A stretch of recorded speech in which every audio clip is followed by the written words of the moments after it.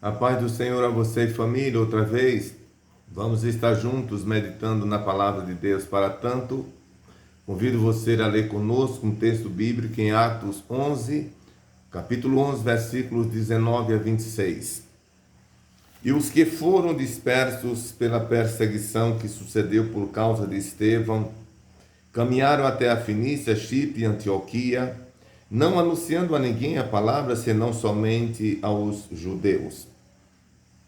E havia entre eles alguns varões cíprios, sirinenses, os quais, entrando em Antioquia, falaram aos gregos, anunciando o Senhor Jesus. E a mão do Senhor era com eles, e grande número creio se converteu ao Senhor.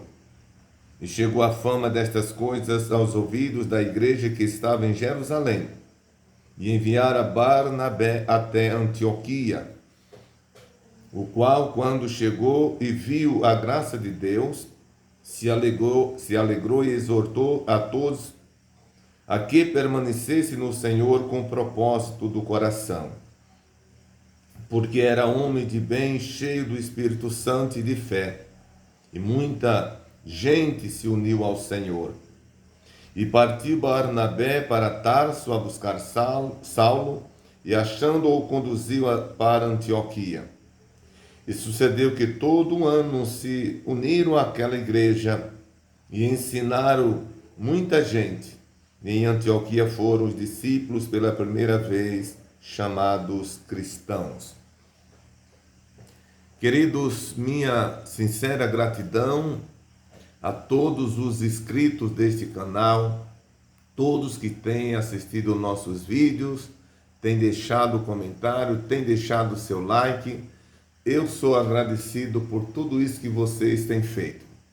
Você que ainda não é um inscrito, inscreva-se no nosso canal, porque aí o YouTube entende que está sendo interessante este conteúdo, notifica você todas as vezes que tiver um conteúdo novo e vai enviar para outras pessoas depois de nós, tá bom? Espero a sua inscrição, muito agradecido. Queridos, nós estamos falando sobre os aspectos da evangelização. Nós separamos aqui pelo menos 3 aspectos da evangelização. Já falamos de 2, hoje vamos estar nesse vídeo falando do terceiro. Se você está assistindo nossos vídeos, você sabe o raciocínio que nós estamos desenvolvendo aqui. Se você não assistiu os outros, aconselho que você dê uma assistida e você vai acompanhar o raciocínio que a gente vem desenvolvendo a cada vídeo. Bem, nos 2 últimos vídeos nós falamos dos 2 aspectos primeiros da evangelização, que foi a proclamação e o convencimento. Hoje nós vamos falar do terceiro aspecto, que é a integração. Ou seja, o primeiro, proclamação. E lembra que naquele vídeo a gente falou que tem por objetivo mostrar o estado espiritual da pessoa diante de Deus e também o plano redentor de Deus. No convencimento, é um trabalho unicamente do Espírito Santo que faz com o pecador no momento que está sendo falada a palavra de Deus para ele. E ele convence do pecado, do juízo, como nós lemos aqui. E, portanto, hoje nós vamos estar falando sobre a integração. O que é a integração, então? É a ação de integrar o novo convertido à igreja local, através do discipulado, conduzindo-o ao desenvolvimento e o amadurecimento da sua fé em Cristo Jesus. Eu falei ontem que, se você vem acompanhando nossos vídeos, sabe que nós ficamos aqui nesse canal por algumas semanas falando sobre, eu acho que deu mês, falando sobre o discipulado cristão. E lá nós falamos sobre a integração. E nós estamos voltando a esse tema agora como sendo uma das características ou um dos aspectos, melhor dizendo, da evangelização. Então, o que é a integração?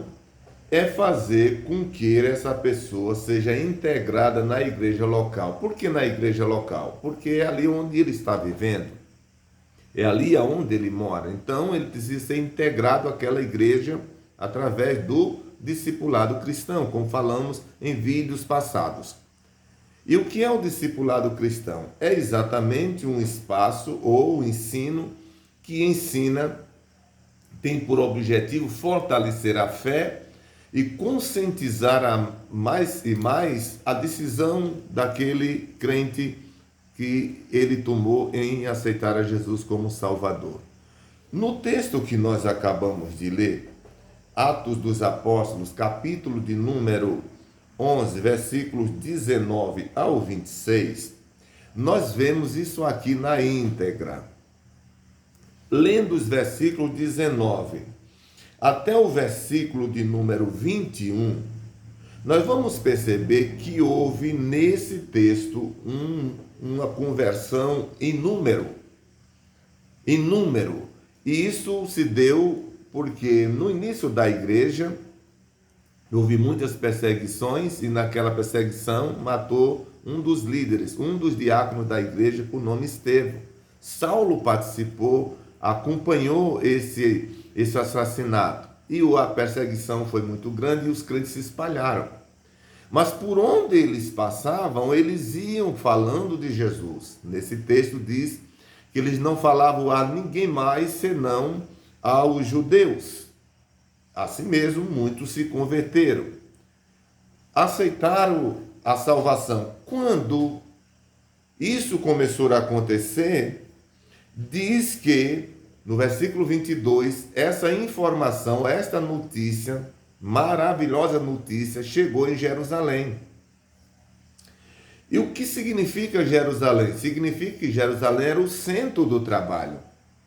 Foi lá onde Jesus disse, olha, vocês devem pregar o evangelho em Jerusalém, na Judéia, em Samaria, até os confins da terra. Não faz muito tempo que a gente falou sobre essa verdade que eu citei aqui agora. Está em Atos capítulo 1, versículo de número 8. Você vai lembrar. Então, chegou em Jerusalém, ou seja, na sede do trabalho, que muitas pessoas haviam se convertido, aceitado o evangelho por aqueles crentes que tinham sido dispersos, estavam viajando. O que é que a igreja fez? Lembre que falamos nesse momento sobre a integração. O que é que acontece? Como aquele povo não podia vir para Jerusalém, é óbvio que não, porque eles tinham suas casas, seus negócios, tinham a sua vida para tocar, eles não podiam vir para Jerusalém. Mas o que é que a igreja faz para integrar aqueles crentes a cada momento, ou a igreja local, porque a partir daquele momento criou-se uma igreja naquelas localidades por onde os crentes iam passando. O que foi que a igreja, os apóstolos que estavam em Jerusalém fizeram? Veja o versículo de número 22. E chegou a fama destas coisas, a fama aqui é notícia, destas coisas aos ouvidos da igreja que estava em Jerusalém. Quando fala a igreja aqui, tem a ver com a direção da igreja. E enviaram o quê? A quem? Barnabé. Por que enviaram Barnabé? Como eu disse, eles não podiam vir a Jerusalém. E, portanto, não podiam ficar desassistidos. Aí a igreja, a liderança da igreja entra em comum acordo e envia um obreiro para lá, no caso Barnabé, para dar assistência àqueles irmãos, para fortalecê-los na fé e fazer com que a sua fé ela crescesse a cada dia. Aí no versículo de número 23 diz, o qual, quando chegou e viu a graça de Deus, se alegrou e exortou a todos a que permanecessem no Senhor com propósito de coração. Ele chegou lá que viu aquela maravilha, diz que ele se alegrou, né? Ele se sentiu alegre e exortou. O que é exortar? É motivar. A palavra exortar tem a ver com motivar. E ele começou a motivar que os irmãos permanecessem no Senhor com propósito de coração. Porque, querido, ninguém pode servir a Deus, ninguém pode permanecer no Evangelho, ninguém pode permanecer na igreja se a ida dele à igreja não é com o propósito do coração. Se qualquer outra coisa faz alguém ir à igreja, não vai permanecer, ele vai embora. Porque veja que esses crentes estavam crendo num período de grande perseguição. Muitos crentes estavam presos nesse momento, outros morreram, como o caso de Estevão. E eles tomaram a decisão. Tomar essa decisão aqui era também colocar a sua vida em risco. Todavia, eles se submeteram à voz do Senhor, em vez de olhar para qualquer circunstâncias físicas que eles pudessem vir passar. E aí o Barnabé diz, olha, vocês precisam permanecer no Senhor com propósito de coração. Aí eu volto a dizer, ninguém continua servindo a Deus se não tiver um propósito no coração. Aliás, nada nesta vida, tanto no nível espiritual como no nível material, ninguém pode ser bem-sucedido no que vai fazer, no que quer, se ele não tem um propósito definido. Concorda comigo? E no caso da salvação, prioridade. Aí o versículo 24 diz, porque era homem de bem, cheio do Espírito Santo e de fé, e muita gente se uniu ao Senhor. Ou seja, quando Barnabé chega ali para unir aqueles crentes e começou a falar, outros se uniram ao Senhor. Significa dizer que a pregação de Barnabé, o ensino àqueles novos crentes e a pregação que ele fazia aos não crentes, fez com que outra multidão viesse para o Senhor e a igreja foi se fortificando, foi se tornando um bloco inteiro, um bloco só. Exatamente isso tem a ver com a integração da evangelização. É o terceiro aspecto, não é? Da evangelização. Mas nós temos mais um texto que eu quero ler e vamos concluir nesse vídeo, que está em Efésios 4, versículos de número 12 e 13.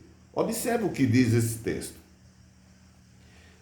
Eu quero ler o 11 primeiro. E ele mesmo deu uns para apóstolos, e outros para profetas, e outros para evangelistas, e outros para pastores e doutores. Aí o 12 diz, querendo o aperfeiçoamento dos santos para a obra do ministério, para a edificação do corpo de Cristo, até que todos cheguemos à unidade da fé, ao conhecimento do Filho de Deus, a varão perfeito, à medida da estatura completa de Cristo. Veja que no versículo de número 11 aparece uma relação de títulos que são dados a homens que são chamados para cuidar da igreja, como sendo apóstolos, apóstolos, profetas, evangelistas, pastores e doutores. São títulos dados a estes homens. Agora, para que Deus chama esses homens? Aí o versículo de número 12 diz, querendo o aperfeiçoamento dos santos. Ou seja, quando a gente lê aqui, a gente vê que está no plural, os santos. Ou seja, santos aqui é todo aquele que se converte a Cristo. Querendo um aperfeiçoamento, ou seja, integrando, não é, todos aqueles que aceitaram a Cristo, a verdadeira fé, a verdadeira doutrina, a igreja aonde eles estão participando. Aí o versículo 13 diz, até que cheguemos à unidade da fé, ao conhecimento do Filho de Deus, a varão perfeito, à medida da estatura completa de Cristo. Esses ensinos, esse aconselhamento, essa assistência, se dará até quando? Até que chegue o amadurecimento espiritual, até que chegue ao conhecimento necessário sobre a verdadeira fé.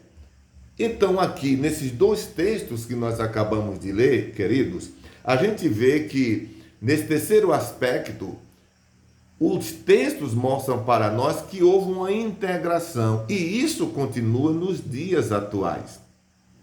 A igreja continua fazendo este papel, integrando, não é? Pregando o evangelho, proclamando o evangelho.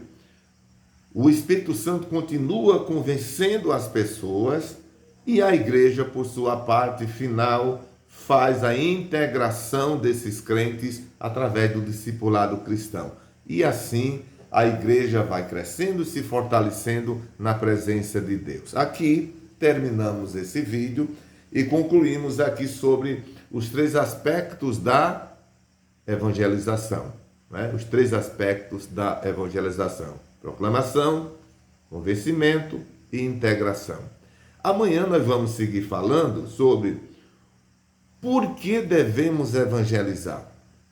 Lembre-se que nós estamos falando que a igreja ela é o atalaia de Cristo, não é?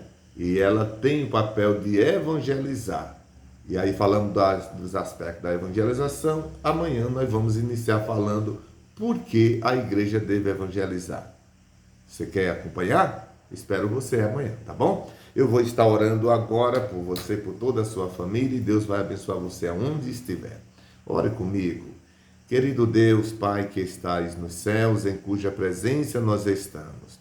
Minha gratidão, Senhor, a toda a tua bondade, a tua misericórdia, a tua compaixão. Pai, te peço, todos que tiverem acesso a esse conteúdo, Deus, que a tua mão, que a tua bênção alcance suas vidas. Abençoa, meu Deus, as famílias, abençoa aqueles que estão enfermos, aqueles que estão desesperados, os viúvas, as viúvas, os órfãos. Abençoa aqueles que estão indo ao trabalho, ao colégio, aqueles que estão, Senhor, passando por um momento depressivo. Repreende essa depressão. Deus, os que estão indo agora às suas atividades, aqueles que estão, Senhor, voltando depois de uma noite de labuta, dai um sono reparador e prospera os que iniciam as suas tarefas nesse novo dia. Deus, abençoa a minha casa, todas as casas, abençoa o nosso Brasil, tira toda a maldição de sobre a nossa nação, salva a nossa pátria, Senhor. Abençoa a tua igreja nesta cidade, neste país, no mundo, na terra, os missionários. Tenha de misericórdia, levanta homens, mulheres. Ó Deus, desperta a tua igreja para que ela assuma a cada dia o papel a ela designado nesse tempo final. Querido Pai, eu te peço que abençoe este canal, que ele seja de bênção para todos que tiverem acesso aos conteúdos aqui apresentados. Dá-nos sabedoria, humildade e temor, dá-nos graça, Senhor, que possamos ajudar outras pessoas a conhecer a tua vontade para com as suas vidas.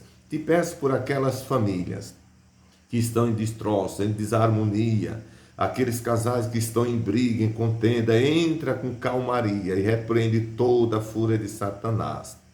Aquelas famílias que estão sofrendo por ter membros da mesma envolvida em crimes, Senhor, nas drogas, nos vícios. Deus, liberte essas pessoas. Eles têm uma alma, elas precisam reconhecer que é pecador, mas também reconhecer que tu és o Senhor que pode perdoar. Querido Pai, eu te peço por todos, no querido nome de Jesus. Amém. Deus abençoe você e família. Até o próximo. Inscreva-se no canal. Não esqueça e compartilhe o nosso vídeo. Deus abençoe.